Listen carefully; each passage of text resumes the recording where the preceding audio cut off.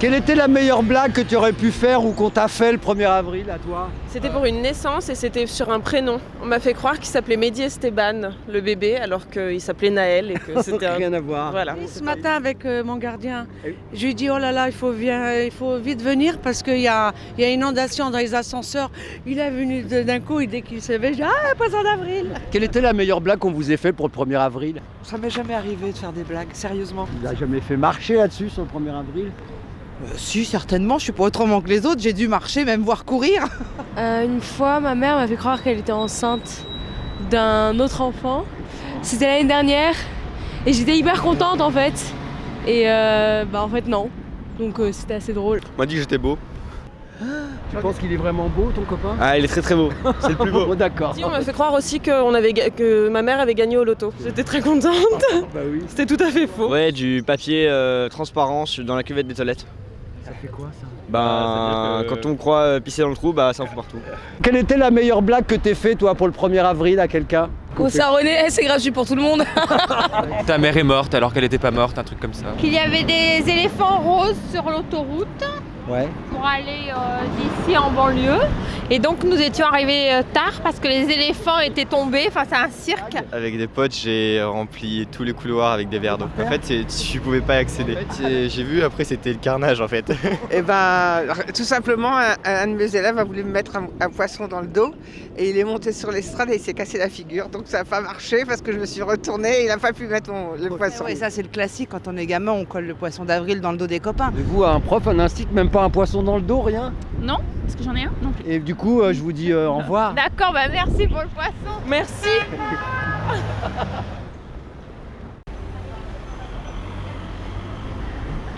Nous sommes face au Biocoop en fait, à Montgallet, et on fait une action pour sensibiliser en fait le public et montrer que la viande bio ou pas correspond toujours au meurtre d'un animal et dans des conditions toujours terribles. Donc aujourd'hui on est devant le Biocoop parce que le Biocoop qui se dit bio vend des cadavres d'animaux qui ont été tués dans des abattoirs de manière horrible. Au lieu d'écouter notre appétit, on peut écouter notre cœur.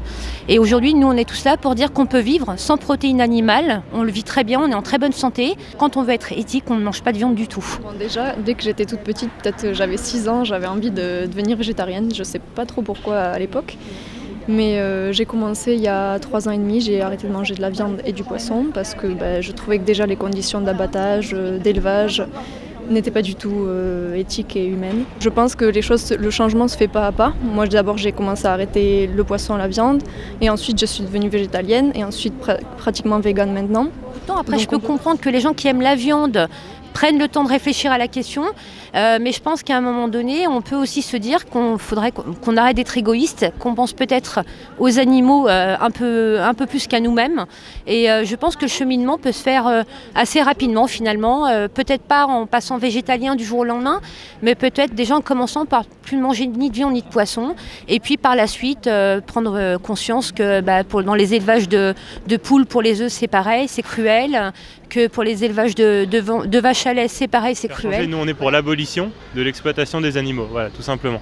Comme on a aboli l'esclavage avant, comme on a aboli tout un tas de trucs dégueulasses qui ont entaché l'histoire humaine depuis le début, on est là aujourd'hui pour qu'on arrête d'utiliser les animaux comme des ressources. De savoir qu'on se positionne contre l'exploitation animale. On n'est pas là pour dénoncer les produits bio, mais pour dénoncer le mensonge qu'est la viande bio en la faisant passer pour quelque chose de plus éthique. On ment aux consommateurs qui n'ont pas conscience de la souffrance occasionnée pour l'animal et du fait que, et c'est un massacre, on tue des êtres sensibles qui méritent de vivre autant que nous humains. C'est le cas de la plupart des magasins qui se positionnent sur du bio. C'est dès le moment où ils vendent de la viande bio, le problème reste toujours le même, quoi. On veut nous faire passer ça pour une viande éthique et c'est pas le cas. En fait, la viande bio, c'est la même chose que toutes les autres viandes. Les animaux ils souffrent, quelle que soit la manière dont ils ont vécu avant.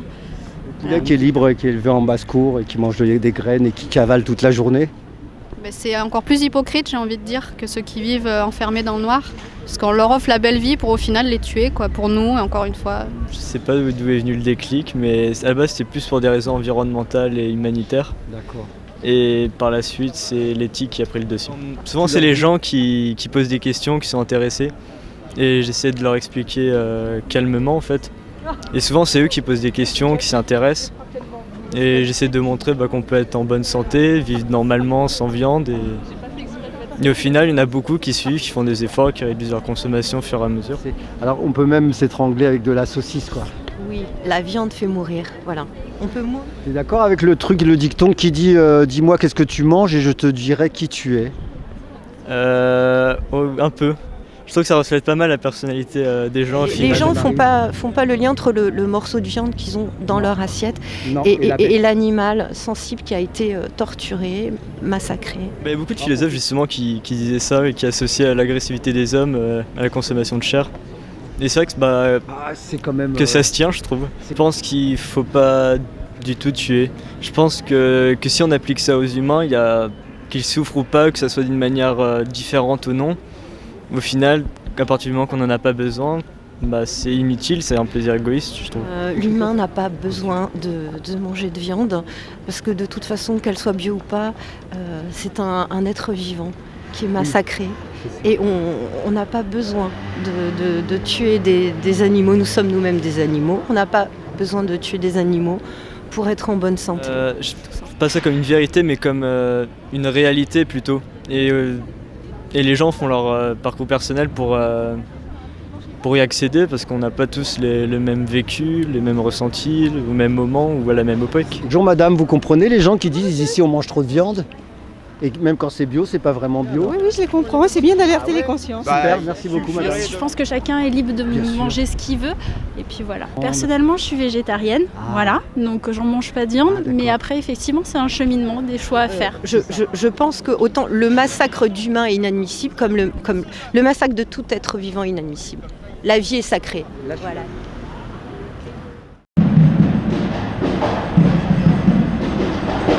Moi, je suis venu pour soutenir les camarades qui sont en grève à Radio France. Non, mais on pense qu'ils veulent essayer de détruire le service public, celui-là comme un autre. Mais on n'est pas d'accord. Les salariés de Radio France, quand ils bougent, c'est que vraiment ça va pas bien, quoi. Il y a des opérations comme celle-ci aujourd'hui qui finalement s'adressent aux auditeurs pour venir soutenir un mouvement social extrêmement important qui a trait non seulement au statut et aux conditions de travail et bien évidemment aux économies qu'on veut faire dans un établissement public qui a pour vocation l'accès à la culture pour tous, mais voilà, c'est aussi le service public qu'on vient défendre. Nous, rentable ou pas rentable, on veut que France Culture reste France Culture. C'est pas la mission du service public que de penser à la rentabilité. Le problème, c'est des économies drastiques, c'est, il me semble aussi, le fait qu'on intègre le budget du chantier, parce qu'il y a un chantier gigantesque, finalement dans le budget global de Radio France, et on a en plus une attitude de la direction qui est totalement irresponsable, où par exemple le directeur a pu dire à des salariés, de toute façon le studio 104, le grand studio où répètent les orchestres et le chœur, n'est pas rentable parce que 60% du temps il est occupé pour les répétitions. C'est un non-sens, c'est une méconnaissance totale de ce qu'est la production artistique. Et puis je terminerai juste sur une chose, il faut savoir que le chœur de Radio France est le seul chœur symphonique professionnel en France. Donc ça, c'est quelque chose qu'il faut non seulement protéger, mais choyer, quoi. Voilà. Je pense que la radio, elle suscite, contrairement à la télévision publique qui a perdu ses missions de service public quand même depuis un moment, la radio, elle continue de susciter un vrai attachement de la part des auditeurs. C'est la privatisation à très court terme de la radio le problème. On n'a jamais parlé de rentabilité à la radio, on a parlé de qualité continuellement. L'audience, c'est très récent, ça a 3-4 ans. Il n'y avait pas l'audimat, on était dans un domaine de création et de qualité. Et on cherchait à répondre au maximum à l'attente différente de tous les publics, de tous les auditeurs possibles. On demande à cette maison d'être rentable alors que ce n'est pas son but, alors qu'on est un service public. Donc le but du service public, c'est de satisfaire un certain nombre de besoins élémentaires. Nous avons un certain nombre de missions qui figurent dans un cahier des charges. Donc on n'est pas RTL, on n'est pas Europe 1. Nos capitaux sont publics, 90% de redevances, voilà, et 10% d'investissement justement de publicité sous forme de partenariat. Donc on n'a pas pour vocation d'être rentable. Lettre ouverte à Madame la Ministre de la Culture et de la Communication. Madame la Ministre de la Culture et de la Communication, en ce 20e jour de grève, L'intersyndicale CFDT, CGT, SN Forte, Sud et UNSA de Radio France s'adresse à vous dans la situation insupportable où la direction de la Radio Nationale a mis les personnels et les auditeurs. Madame la ministre, malgré la défiance que nous inspire cette direction, nous avons voulu répondre à votre appel à la négociation, considérant, comme vous le déclariez, que M. Gallet avait toutes les cartes en main. Aujourd'hui même, la direction de Radio France nous a proposé un rendez-vous, mais en refusant de faire de nouvelles propositions. De toute évidence, et les auditeurs qui nous soutiennent ardemment le pensent aussi, la direction et la présidence de Radio France jouent la carte du pourrissement du conflit. Vous êtes, Madame le ministre, la ministre, notre médiateur naturel, et nous renouvelons notre démarche auprès de vous, dans le droit fil du courrier adressé à vos conseillers, les informant de l'impasse où nous met la direction actuelle de Radio France.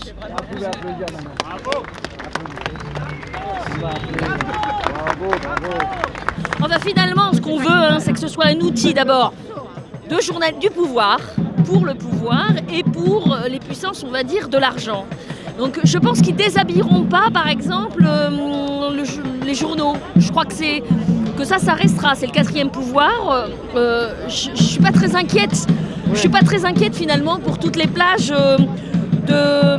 qui permettront une communication des puissants. On est dans du service public, mais si on laisse faire la réforme, on n'y sera plus. C'est vraiment une grande et une vieille histoire de service public et où les gens se sentent concernés tous. Les auditeurs, on a fait une rencontre samedi au Grand Parquet et je pense que les auditeurs, même s'il y a des mots qu'ils ne comprennent pas dans le plan de Gallet et aussi de Pellerin, les auditeurs savent pourquoi ils écoutent la radio depuis tant d'années. On est d'accord pour faire des réformes, mais on ne nous parle que de fric, de temps d'économie, alors qu'il y a eu cette gabegie du chantier qui finalement a ponctionné tout l'argent qui aujourd'hui nous permettrait de continuer à fonctionner en étant un très bon service public. Politique d'austérité qui progressivement contraignent les services publics et notamment les radios et les télévisions à ne plus avoir les moyens de leur ambition et de leur rôle qui est justement, contrairement à des radios commerciales, d'assurer un certain pluralisme, d'assurer des émissions de qualité,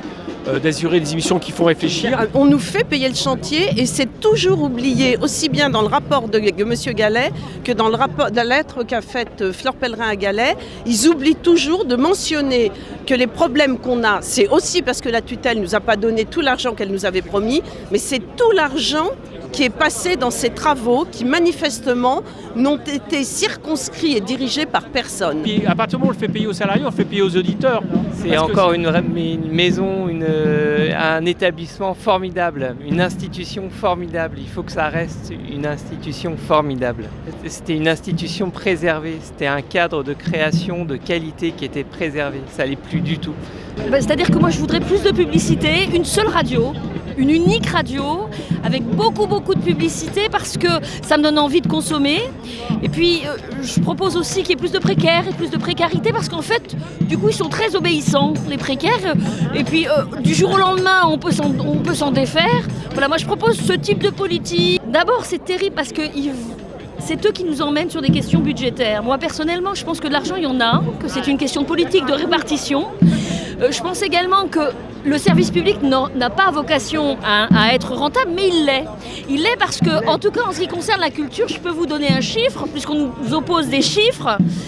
La culture, elle rapporte près de 58 milliards d'euros de valeur ajoutée par an. C'est 7 fois plus que l'industrie automobile. C'est-à-dire que non, nous coûtons. D'abord, nous ne sommes pas que des dépenses, nous sommes aussi des ressources. Je déteste l'idée de devoir répondre à cette question de chiffres, mais donc du coup, je rajoute. Et néanmoins, nous n'avons pas vocation à être rentables. Voilà.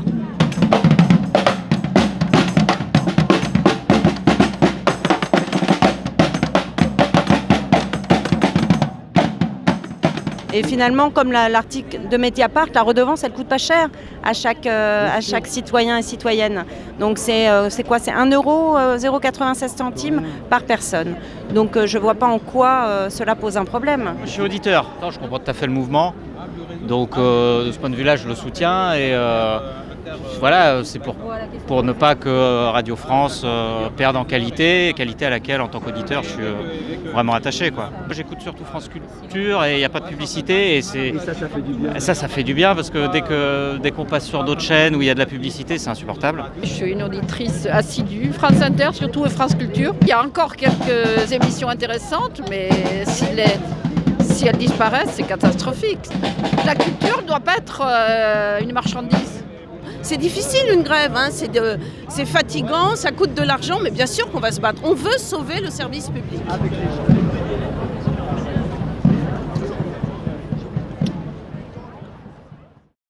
Jeune homme, je peux te demander si tu avais un tatouage à te faire, ça serait quoi? Qu'est-ce que tu as envie de faire, toi? Je sais pas trop, franchement, c'est une question un peu difficile. C'est quoi d'abord? Ce serait sur les pieds et des initiales sûrement, de mes grands-parents et tout ça. Un petit dragon autour du bras, je pense. Jamais de la vie. Bah, imaginons que vous aviez envie de vous faire tatouer, ça vous est passé par la tête peut-être un jour. Ça aurait été quoi votre truc? Non, vraiment, non. Et si vous deviez vous faire un tatouage, ça serait quoi? Ce serait ça. Faites voir. C'est joli. Madame, si vous vous faisiez un tatouage, ça serait quoi par exemple? Ah, j'en ai déjà plein des tatouages. Oh, c'est quoi ton préféré alors? Mon préféré? C'est Ouais. celui-là que j'ai sur la cuisse, le dragon. C'est naturel, tu vois pas? C'est joli. Merci bien. Et on vit comment avec ces tatouages? C'est comme... On vit très bien. C'est vrai? Ouais. Pour moi, c'est un bijou, pour moi, c'est des accessoires. Ce serait 2 lions. Ah. Voilà. Et tu vas franchir le pas un jour? Ça y est, c'est déjà fait. Tu l'as fait. C'était où tes lions? C'est au-dessus des reins. D'accord. Voilà. Alors si tu avais un piercing à faire? Ah non, j'ai fait les oreilles. Tu serais où ton piercing? Non, les oreilles, voilà. Et si tu avais un piercing, tu le ferais où? Au nombril. C'est vrai? C'est vrai, voilà. Et ça, tu l'as pas fait encore? Je l'ai fait, mais je l'ai enlevé, voilà. Ça te gênait un peu? Ben non, mais ma mère, elle aimait pas. Voilà, c'était ma rébellion. Bon. Parce que... Non, c'était vrai. ça ta révolte? Ah oui, parce que dans ma C'était pas- famille, les femmes qui se perçaient les oreilles, c'était les gitanes. Hein. Jeune homme, si tu avais un tatouage à faire sur quoi, ça serait quoi ton tatouage avec Lady Gaga? Un petit cœur sur mes fesses, je pense. Tu l'as déjà fait, j'en suis sûr. Ouais, déjà fait. Si vous aviez un tatouage à vous faire, ça serait quoi? Je ferai jamais ça, c'est très con. C'est une bonne question, je suis en train de réfléchir en ce moment. Sérieux? Ouais, c'est vrai. Waouh. Peut-être des hirondelles. Des oiseaux. Waouh. Un oiseau qu'on aime bien avec des copines et on aimerait bien se faire le même tatouage en fait. Et genre, j'imagine que ça sera sur l'épaule là? Non, ce serait là. Ah, juste là, 2 petites hirondelles. Ouais, 3. Parce qu'on est 3 copines. Quoi les oiseaux? Je sais même pas. Comme ça. La liberté. Ouais, c'est vrai. Disons que sur les jeunes, je trouve que ça peut être joli. Mais en vieillissant, mais quand je vous pose la question, c'est ma que- fille en a un magnifique sur le dos et je suis archi contre et tout. Moi, j'en étais malade quand elle l'a fait faire. Ah non, j'aime pas. Peut-être un aîné à la main. Ah, Voilà. quand même. Ouais. Un petit aîné de temps en temps, ça fait du bien. Sur les doigts, ouais, Sur les c'est doigts. joli. Ou sur la cheville en été. Et si tu avais un piercing à te faire, tu te le ferais où? Ah non, pas de piercing. T'as un piercing, non. Non, j'en ai déjà un donc je vais pas en faire d'autres. On peut te demander où il est. Bon, il est au nombril. Où il est au nombril? Bah oui. C'était le truc commun à l'époque quoi. Et si vous aviez un piercing à faire, vous le feriez, vous feriez. Pareil, c'est le même truc.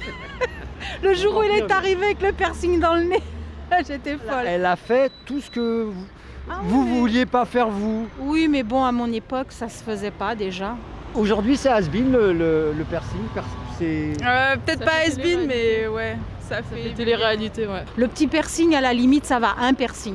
Par contre, plusieurs et tout, non, c'est un style. Et c'est pas ce que j'aime. On est à Nation, on essaie de faire un rassemblement de lycéens contre la loi Macron. Tu peux nous dire pourquoi vous êtes là aujourd'hui? Pour gueuler contre une loi liberticide et qui va niquer notre travail pour nous, les jeunes. Qui enlève la plupart des droits du travail et des travailleurs et qui encourage les patrons à les exploiter. Le secteur du travail, c'est la casse de tous nos droits sociaux qui ont été acquis après la Seconde Guerre mondiale et pour nous les jeunes, ça veut dire que ça va être la merde. Ça fait déjà pas mal de temps que avec mon ami on parle de cette loi et maintenant qu'il y a un moyen de bouger et de s'exprimer, on en profite. On essaye de faire un rassemblement et de se joindre à la manif, la manif générale plus tard. Ouais, quand on sera étudiant, déjà on veut pouvoir réviser le dimanche et pas devoir travailler si on a des jobs. Je vais avoir 20 ans là et je sais vraiment pas ce que je vais faire, je suis encore au lycée. Mais... C'est inacceptable qu'il y ait un plan d'économie sur les hôpitaux alors qu'il y a d'un autre côté un cadeau, parce que c'est un cadeau, faut le dire clairement, de 3 milliards aux entreprises. Ils veulent nous former à quoi? Ils veulent nous former à ce qu'on soit bien gentil, qu'on rentre bien dans le tas et pour travailler pour des patrons qui vont nous exploiter. C'est ça qu'elle nous annonce, cette loi. On a l'impression qu'on est de moins en moins protégés et que même un gouvernement de gauche nous défend pas bien en fait. Un mec de gauche, il est plutôt de droite et a priori il a été installé là par la BCE pour un peu emmerder et nous dire comment filer droit quoi. Pas ma tasse de thé et le gouvernement français non plus. Avant l'État, ne plus que les patrons. Avant l'État, ne plus que les patrons. Loi Macron, loi des patrons. Loi Macron, loi des patrons.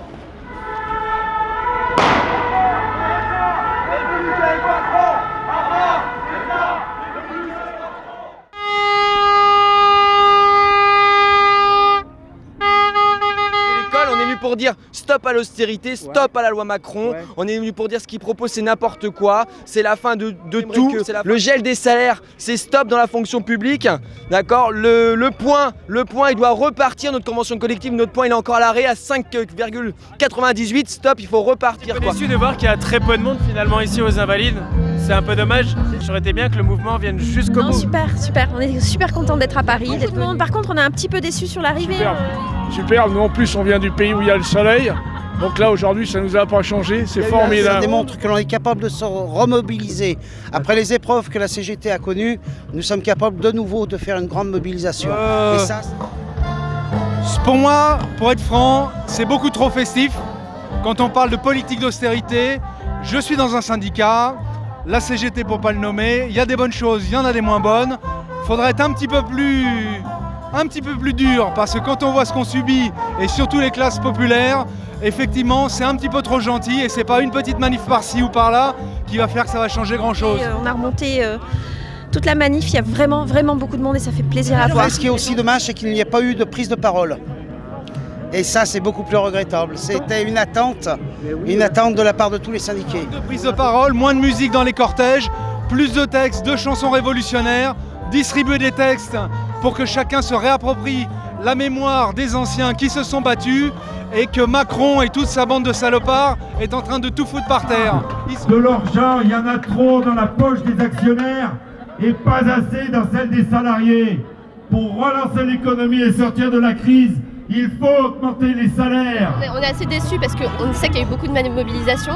Il y a énormément de gens qui sont venus, on l'a vu pendant qu'on était en train de défiler. Et c'est vrai que c'est décevant de se retrouver ici et de voir que tout le monde n'est pas venu jusqu'au bout. Eh ben, faut le dire, le redire, dans les syndicats, à Télébocal et ailleurs. Et puis au bout d'un moment, c'est comme toujours, les gens ils descendront dans la rue quand ça sera trop tard. Oui, on n'en veut pas de sa loi, on veut que tout change et on veut continuer à défendre le service public, que les gens soient bien soignés dans les hôpitaux, qu'il n'y ait pas une médecine à deux vitesses, une pour les riches, une pour les pauvres. Voilà. Il faut créer des emplois.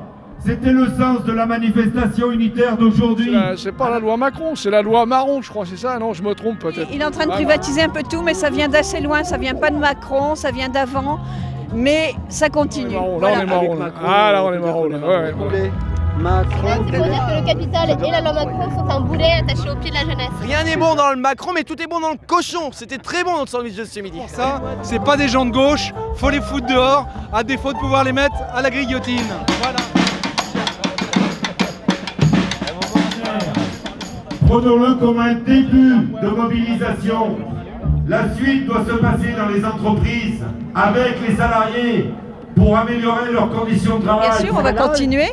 Oui. Personnellement, je vais revenir. À chaque fois que je reviens, ça fait depuis 1956. Alors, c'est pas d'aujourd'hui. C'est un coup de semonce, effectivement. Et s'il n'y a pas une réponse favorable de la part de l'État, nous avons démontré comme quoi nous sommes capables de mobiliser et vraiment de faire une très très grosse mobilisation. Alors, salariés, avec ou sans emploi, retraités, actifs, précaires, intermittents, eh bien, tous ensemble, du public et du privé, nous devons continuer les mobilisations. En point de mire, bien sûr, le 1er mai, mais d'ici au 1er mai, eh bien, mobilisons-nous pour faire avancer les revendications des salariés. On va continuer parce qu'il y a longtemps qu'on a commencé et alors on veut surtout lutter parce que on l'aime énormément, comme vous avez dit. Donc vu qu'on l'aime, on voudrait qu'il rentre chez lui, qu'il se repose, qu'il se taise, qu'il arrête de travailler, qu'il ne pense qu'à lui et pas à nous, qu'il nous oublie. Merci à toutes et à tous de votre participation. Bon retour, bon voyage et à très bientôt dans les luttes. On reviendra. Vous reviendrez, hein. Ouais, on reviendra se battre jusqu'à la fin. On reviendra malheureusement, je pense que oui. Rendez-vous dans un mois ici. Macron, je lui dis, Macron, j'ai rien contre toi personnellement, mais par contre, j'ai tout contre ce que tu proposes, quoi. J'ai tout contre ce que tu proposes. Et on lâchera rien. On lâchera rien. Ils sont là. On lâchera rien. Monsieur, si vous aviez été comédien, dans quel film vous auriez aimé jouer, vous? Film de gangster. Genre Le Parrain? Oui, oui. Parce qu'un homme qui ne se consacre pas à sa famille ne sera jamais un homme. J'aurais voulu faire Garibaldi parce qu'après, la famille est très riche, tous les voyous. Ça tirait bien, ça, tout ça. Non, Indiana Jones. Ah. Harrison Ford. J'aime bien l'aventure.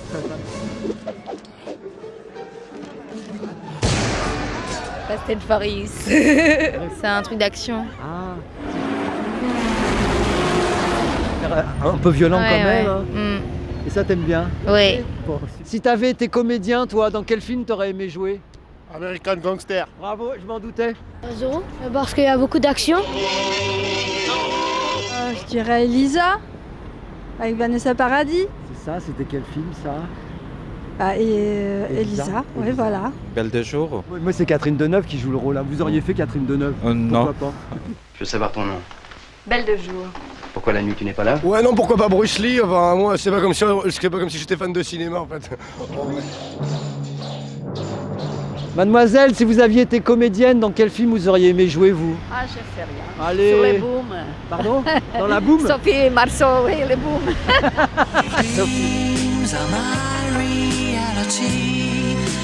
Dans un film d'amour, autant on emporte le vent. J'aimais bien, c'était un beau film. Un film où il y a du psychopathe dedans, tu vois. Un exemple, si tu veux, un film avec du psychopathe? Il y en a plein des films avec des psychopathes, t'es con quoi. Le Seigneur des Anneaux.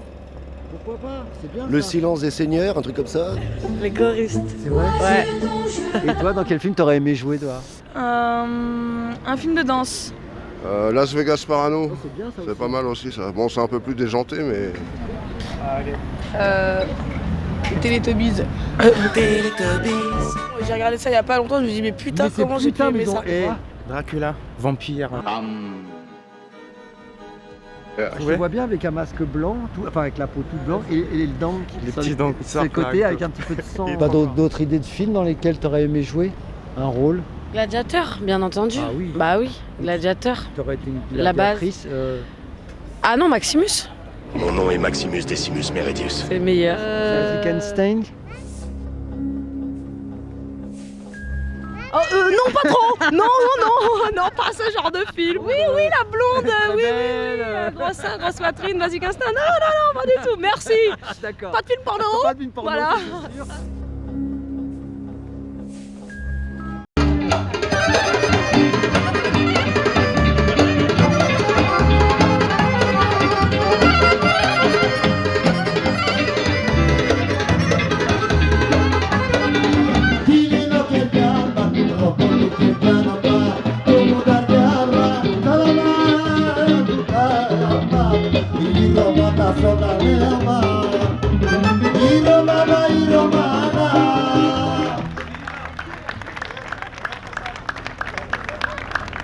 Nous sommes très heureux de vous avoir aussi nombreux sur la place de la Bastille, le terre-plein de l'Arsenal. Comme vous avez pu le constater, le message qu'on véhicule aujourd'hui, c'est une place pour les Roms. Une place pour s'installer, une place pour grandir, une place pour voir grandir ses enfants, une place pour apprendre, une place pour travailler, une place pour faire société. Comme vous savez, les Roms, combien sont-ils en France et qui sont-ils? Ils sont environ 18 000. Pour la plupart, ils vivent dans des bidonvilles, ils sont relégués dans ces bidonvilles où ils n'ont pour horizon qu'une expulsion au petit matin. Pourtant, parmi eux, il y a beaucoup de personnes qui travaillent, qui participent à l'économie française. Il y a des personnes qui ont accédé à un logement. Il y a plein d'enfants qui, grâce à l'école, ont retrouvé une stabilité et une sécurité. Ce sont toutes ces clés qui permettent aujourd'hui à ces personnes de trouver leur place dans la société française et d'être regardés autrement que comme une personne indésirable, d'exister aux yeux des autres. Je suis Liliana Christache, présidente à l'association Rome Réussite de Montreuil. Et je suis arrivée avec ma famille en 2004 en France.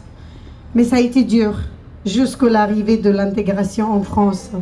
On a vécu pas mal d'expulsions. On a vécu la mendicité, le travail dur. Et on a vécu aussi sans eau, sans électricité. C'était dur, hein, la vie en France, dans les cabanes, sur les terrains, quand on voyait la police à 5 h du matin nous taper très fortement dans les portes et nous demandant de sortir sans nous laisser prendre nos affaires. Une fois, ma fille, elle avait oublié son lapin, son peluche dans la cabane. On ne nous a pas laissé le récupérer. C'était dur pour moi à ce moment-là. Ma fille, elle avait souffert beaucoup pour son petit lapin. C'est pour ça qu'aujourd'hui, j'ai décidé à monter une association pour pouvoir soutenir la communauté, mais avec votre soutien, parce qu'on aura toujours besoin de soutien des collectivités territoriales. Merci beaucoup Liliana pour ce témoignage très très fort. Nous sommes sur la place de la Bastille. C'est un lieu emblématique pour Paris, pour réclamer l'intégration de la population rome qui vit sur notre territoire.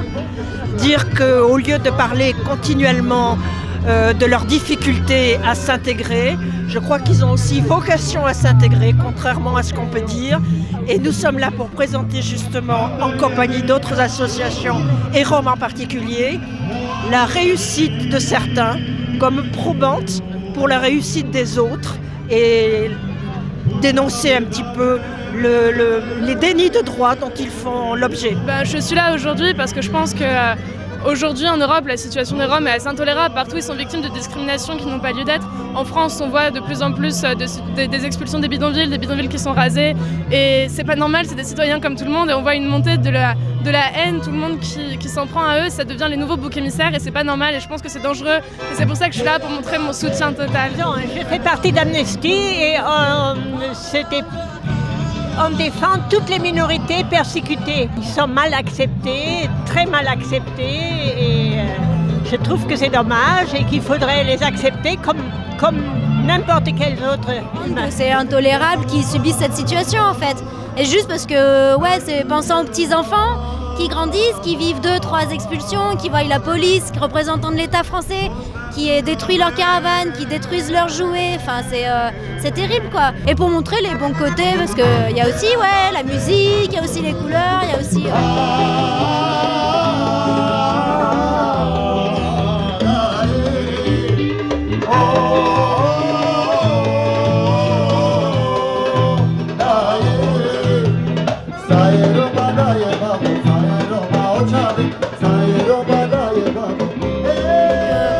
Les gens construisent plein d'idées reçues et je pense que sur eux, il y a, même les bien-pensants, ils se lâchent sur les Roms. C'était difficile quand j'étais petite, mais maintenant tout a changé. Ça va. Oui, ça va. Comme je suis juste en 5e, je demande à faire mes études en France et je remercie à mes parents de me laisser faire mes études à cet âge-là. Ça va mieux, mais de temps en temps, je sens de la distance de la part de certains collègues. Je sens de temps en temps dans les magasins, dans les institutions, un peu de discrimination.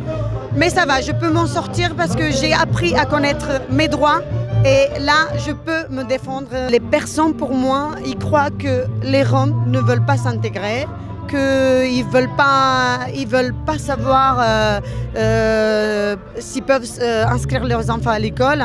Et aussi, ils disent souvent que c'est un choix de vivre sur les terrains. C'est pas vrai tout ça, parce que si vous savez, en Roumanie, tous les Roms qui sont en France, ils n'ont pas habité sur des terrains, ils n'ont pas habité dans des cabanes. Ils ont laissé leur maison en Roumanie pour venir en France pour travailler, parce que l'État roumain ne nous donne pas le droit au travail. Je vis dans un appartement, dans un logement social, et grâce au soutien de Madame Dominique Voynet, ex-maire de Montreuil, qui nous a beaucoup soutenus.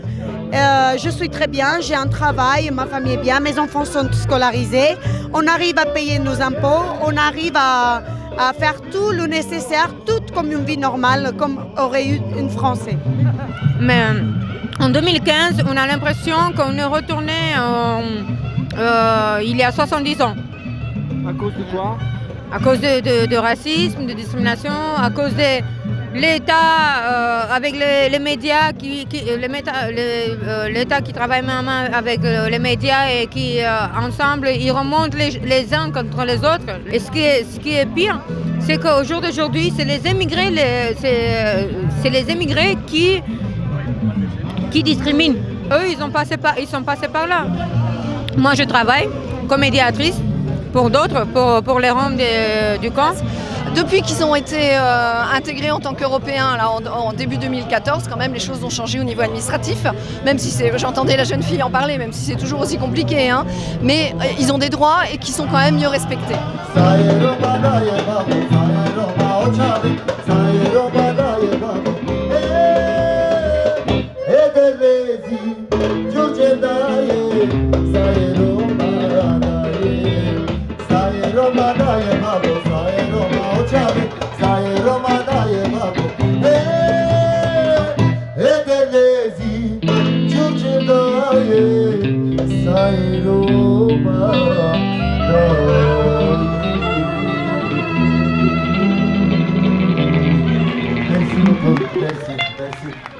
Qu'est-ce qui vous a fait rire pour la dernière fois, vous? Des animaux dans un parc, des écureuils. C'était la blague de quel est le con pour une souris avoir un chat dans la gorge.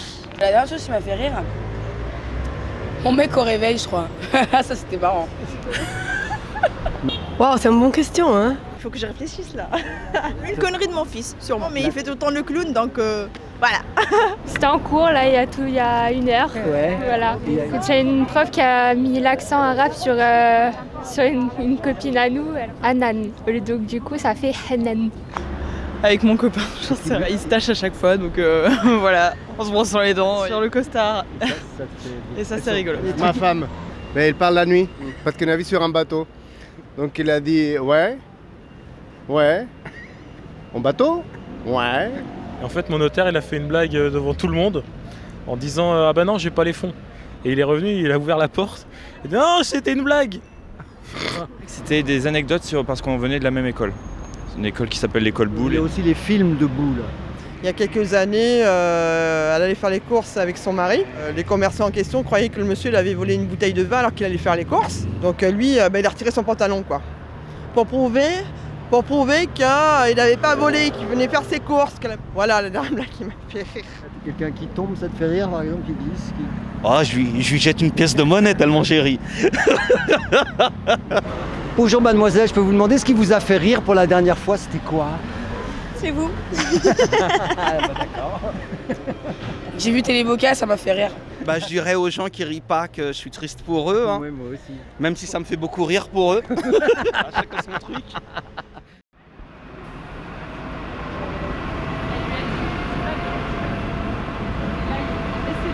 C'est une pièce sur les malentendants. Ouais. Et là, il y a une petite manifestation de malentendants parce qu'ils sont furieux qu'on ait pris des comédiens qui parlent. Non, je suis l'adaptateur de la pièce. Ah, okay. C'est une pièce contre l'exclusion. Donc c'est une pièce qui les défend eux, je ne comprends pas qu'ils viennent manifester, mais enfin bon. Il y a 30 ans, la pièce avait été jouée à 30 ans avec des malentendants et des acteurs qui parlaient. Ici c'est la Comédie Française, donc ce ne sont que des acteurs qui ne sont pas malentendants. Mais à la Comédie Française, il n'y en a pas. Cette pièce est quand même au cœur du répertoire des comédiens sourds. Oui. Je ne comprends pas pourquoi c'est une entendante qui n'y connaît rien, qui joue un rôle de sourde. À la Comédie Française, il n'y a pas de sourds. Eh bien, c'est une raison de plus pour embaucher une comédienne sourde. C'est vous qui vous interdisez cela. Vous méprisez la réalité. Il y a des comédiennes sourdes formidables. C'est un rôle écrit pour une comédienne sourde. Au nom de quoi? Et moi, je ne suis pas en train de faire une chose communautariste. Je joue avec les sourds, en langue des signes. Donc, ce n'est pas une chose ostracisante ou communautaire. C'est que cette pièce a été écrite pour ça. L'auteur nous a donné son accord. Eh ben, c'est pas ce qu'il dit, Madoff. Eh ben, on a signé avec lui les droits d'adaptation, donc il n'y a pas de... Voilà. Sinon... Je trouve quand même qu'il y a un manque de respect, vous voyez. Il n'y a pas de respect dans le monde des sourds. Il y a des artistes qui sont là. Et vous ne leur demandez pas, directement vous allez vers le monde des entendants. Vous voyez, vous ne vous tournez pas vers les sourds. C'est pour ça que nous on est vexés. Voilà. Cette pièce a été créée par un comédien sourd américain, joué un dramaturge. Pour une comédienne sourde. Qui a été repris par Emmanuelle Laborie, comédienne française sourde, qui a eu un Molière, par ailleurs. Et 2 fois, il y a eu des Oscars aux États-Unis. Alors, on est en colère parce que, en fait, ils ont pris comme comédien un faux sourd. Et on voudrait que ce soit un vrai sourd qui participe à cette pièce de théâtre. Et là, c'est une personne entendante qui va jouer le rôle du sourd et nous, on n'est pas d'accord. Nous on veut pas être remplacés quoi. Nous c'est comme par exemple s'il y avait un rôle d'un noir, il serait joué par un noir. S'il y avait un rôle d'un blanc, il jouait par un blanc. Et puis voilà. En fait, ça revient à l'histoire des Enfants du Silence. C'est Emmanuelle Laborie qui a créé ce rôle ici en France. Et maintenant, on voit que c'est une pièce qui est jouée par des personnes entendantes. Et à mon avis, c'est pas leur place. C'est dommage qu'il y a des comédiens sourds qui sont des professionnels, qui sont des artistes professionnels et qui peuvent parfaitement tenir ce rôle. En plus, donc il y a des comédiens, des comédiens sourds, donc ça permettrait justement d'ouvrir à la culture sourde. Et nous, comédiens sourds, on a toujours du mal à pouvoir exister. On a un peu le sentiment qu'on nous vole ce rôle. On en a marre. Il y a aujourd'hui des comédiens sourds qui sont compétents. Pourquoi ne pas les prendre, quoi. Enfin, voilà. Enfin, comment dire. C'est comme vous disiez, il y a des personnes noires. On les maquillait avant plutôt des personnes blanches qu'on maquillait pour qu'elles deviennent des personnes noires. C'est aberrant. Et bien là, c'est pareil. On a une place, on a besoin d'être respecté.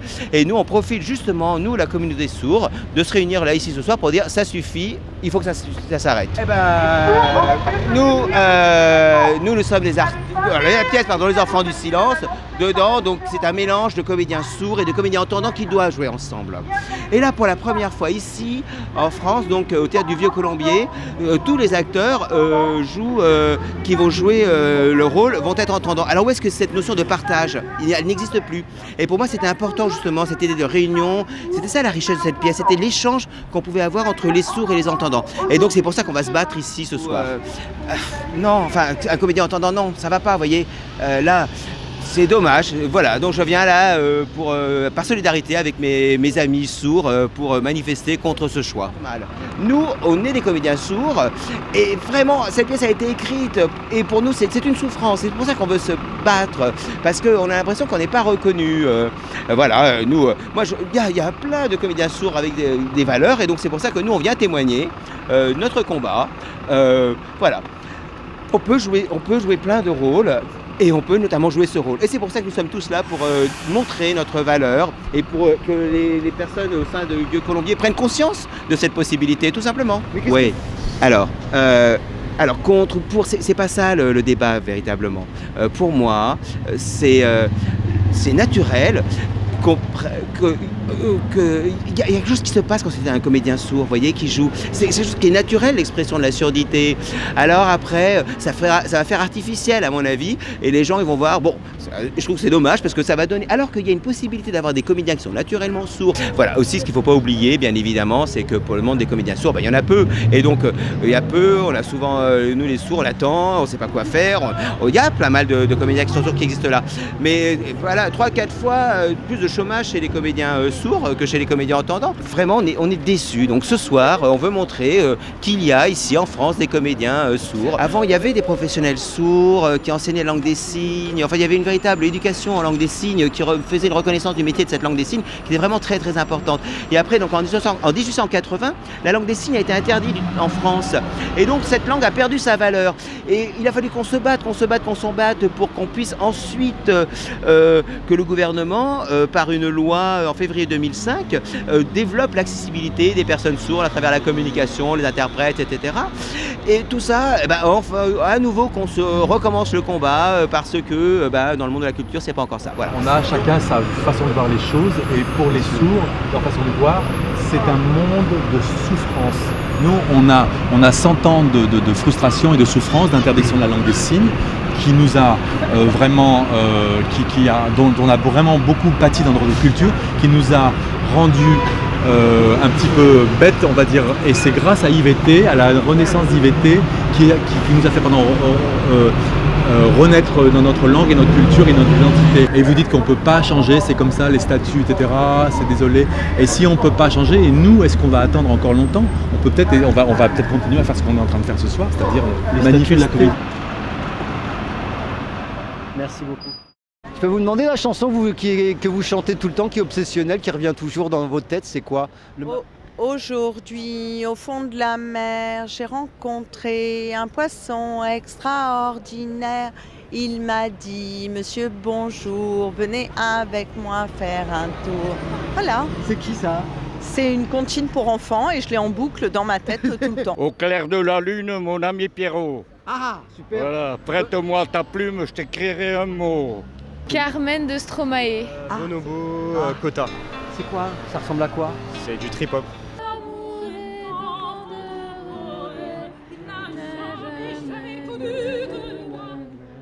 Au nord, c'est les corons.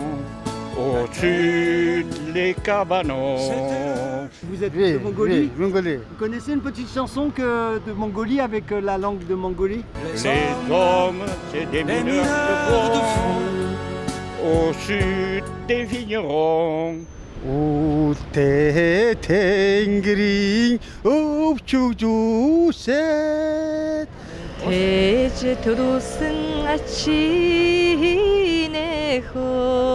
Mademoiselle, je peux te demander la chanson que tu as en ce moment dans la tête, en ce moment, toi, que tu écoutes en ce moment, ou que tu fredonnes quand tu es toute seule ou...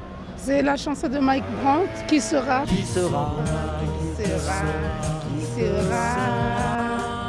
Qui sera me faire vivre, dites-moi. C'est mon préféré, donc je ne sais pas pourquoi, mais je ne sais pas. Il te parle dans tes rêves ou quoi? Il me parle pas dans mes rêves, mais je l'aime, c'est comme ça. Il y en a une, mais j'ose pas la chanter. Deux ou trois phrases, une phrase, comme ça on sait ce que c'est. J'aimerais toujours le temps des cerises, le temps de l'amour rossignol, le merle, le moqueur, voilà, excuse. C'est vachement bien ça. Oui, c'est bien, mais c'est mal chanté. Oui, c'est une chanson des révolutionnaires, des gens engagés. À qui le dites-vous? L'international. Oh, pourquoi pas? Tu m'en fais un petit bout? Debout les damnés de la terre, debout les forces de la faim. La raison tonne en son cratère, c'est l'éruption de la faim, etc., etc. La chanson de Moustaki. Laquelle?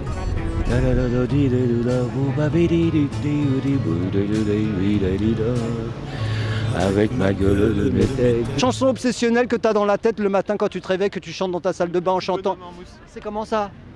Le petit bonhomme en mousse, ouais. Je suis pas dans ma salle de bain le matin sous la douche, donc je pourrais pas te redire. Le gentil intervieweur sur le trottoir dans la rue, qui interviewe n'importe qui. Et ben du coup ça donne des interviews pourries. Voilà, bravo. Oui, bonjour. Donc aujourd'hui, on est place du Châtelet à Paris pour fêter les 20 ans des groupes locaux de Paris, de France en fait, de Greenpeace. Ce sont les 20 ans du GL en fait, le groupe local de Greenpeace Paris, enfin DGL. Est-ce qu'on est sûr que ça soit une tarte bio du coup? Parce que le gars qui l'a fait, il est là. Et c'est mon mec en fait, donc du coup je sais. J'étais un fervent pro-nucléaire et il a réussi à me convaincre à venir à Greenpeace, donc je trouve que c'est pas mal. Vous avez fait des enfants bio aussi? Enfants bio. Ah, vous êtes bio aussi, vous, quelque part un peu? Ouais, moi je suis vraiment bio. Ouais, on est bio. Non, c'est une famille citoyenne en fait, comme tous les gens qui sont ici, on est d'abord des citoyens, on est d'abord des militants dans notre vie de tous les jours. Et on pourrait très bien produire tout ce qu'il faut sans détruire la Terre et produire suffisamment pour toute la planète. Et on est de plus en plus à le dire. Voilà. Le seuil critique, c'est d'éveiller les consciences, d'être lanceur d'alerte, que les gens bougent. Et nous, on est les gens. Moi, je suis les gens. Voilà. J'ai vu effectivement des activistes à Greenpeace qui avaient bloqué des multinationales, qui les marquent à la culotte. Alors ça me plaît bien. Ça, c'est bien ça. Ah ouais, ça me plaît bien ça, parce que finalement, ils n'ont pas tout le temps, tout le loisir de faire ce qu'ils veulent. J'ai fait l'animation sonore du stand. Voilà, pour qu'il y ait un côté printanier, convivial et sympa, parce qu'après tout, c'est un anniversaire. Moi, je suis un calamar des grandes profondeurs. Le problème de toutes les créatures des grandes profondeurs qui sont pêchées, même si c'est pas pour leur viande, parce que le moyen de pêche qui a été fait, qui est quelque chose de préhistorique, c'est de mettre des énormes chaluts, filets dérivants au fond, et de tout racler, y compris les écosystèmes qu'on connaît même pas, etc. J'essaie de ne pas être pêché par un filet dérivant. Ah d'accord. Donc ça c'est un calamar développé. Et bien développé en plus. Il s'appelle Sifredi. J'ai toujours été doté d'un très gros calamar, ça m'a poursuivi toute ma vie. Et vous alors? Moi, je suis un orang-outan.